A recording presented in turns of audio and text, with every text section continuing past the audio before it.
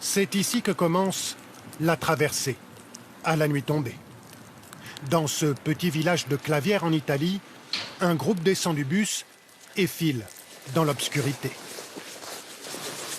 Où est-ce que vous allez? La France. On essaye d'aller en France.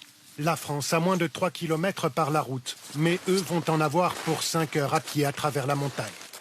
Ils sont 11, 2 familles afghanes, 3 enfants dont un petit garçon de 5 ans. Ils disent avoir fui la guerre dans leur pays. Ils sont arrivés en Europe il y a 3 mois et demi.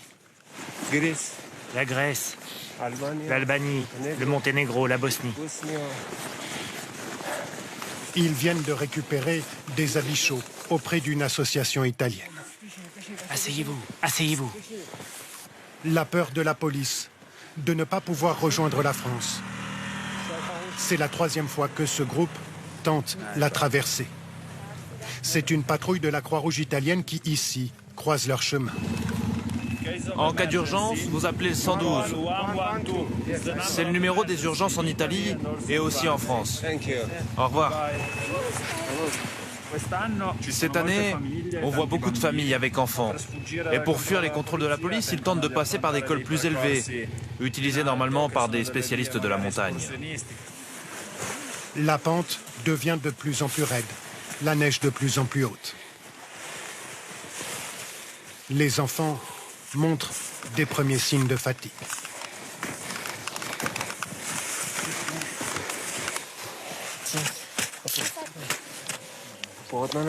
Tu n'as pas trop froid aux pieds? Le groupe se repère grâce à des points GPS récupérés auprès d'autres migrants avant l'ascension.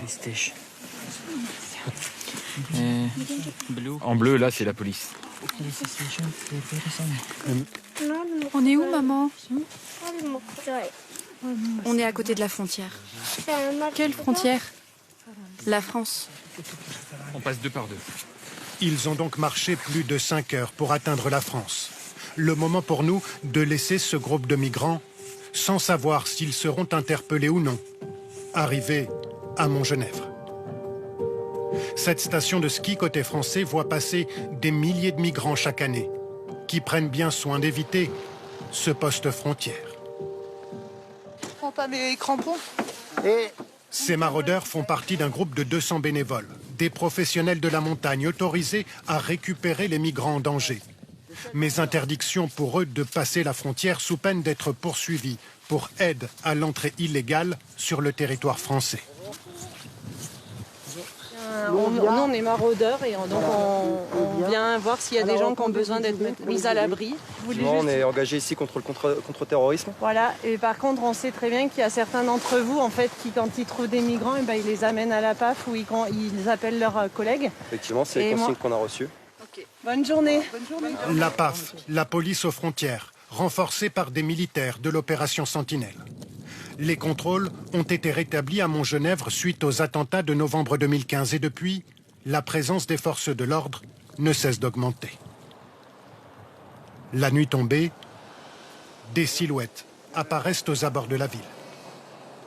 Des migrants qui viennent de différents pays africains. C'est la 4e fois qu'ils essaient de rentrer en France. On rentre, il nous fait retourner encore. On rentre, on nous fait retourner. Ça fait 4 jours. On ne mange pas, ni rien. Le groupe tente de se cacher, mais est rapidement repéré par la gendarmerie, qui les arrête, quelques centaines de mètres plus bas. Vous demandez à ces personnes de sortir? Ils sont expulsables? Expulsables, c'est pas une procédure d'expulsion, c'est une non-admission.